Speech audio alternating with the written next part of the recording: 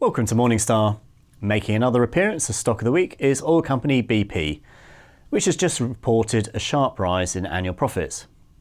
Shell and BP's latest results have intensified calls for the windfall tax regime to be tightened. We'll swerve the political arguments here and assume we won't be having the same debate this time next year if oil and gas prices continue to soften.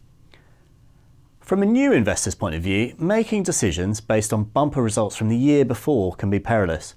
We know 2022 is an exceptional year for oil and gas prices and that 2023 will be much harder to follow. Annual results season is also a really good time to look at energy companies' commitment to carbon targets. BP's spending on the green side of the business, which includes biofuels and hydrogen, will match oil and gas investment by the end of the decade. The total pot for both will now be $18 billion by 2030, and that's up from previous estimates of $16 billion in spending. But the company has scaled back a bold target to cut emissions 40% by 2030.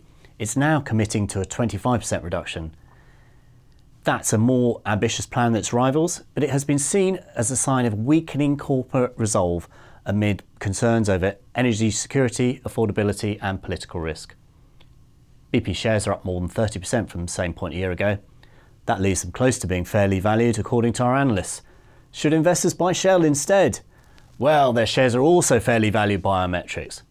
All shares were the place to be last year, but longer term performance has been less exciting and concerns over the energy transition are not going away.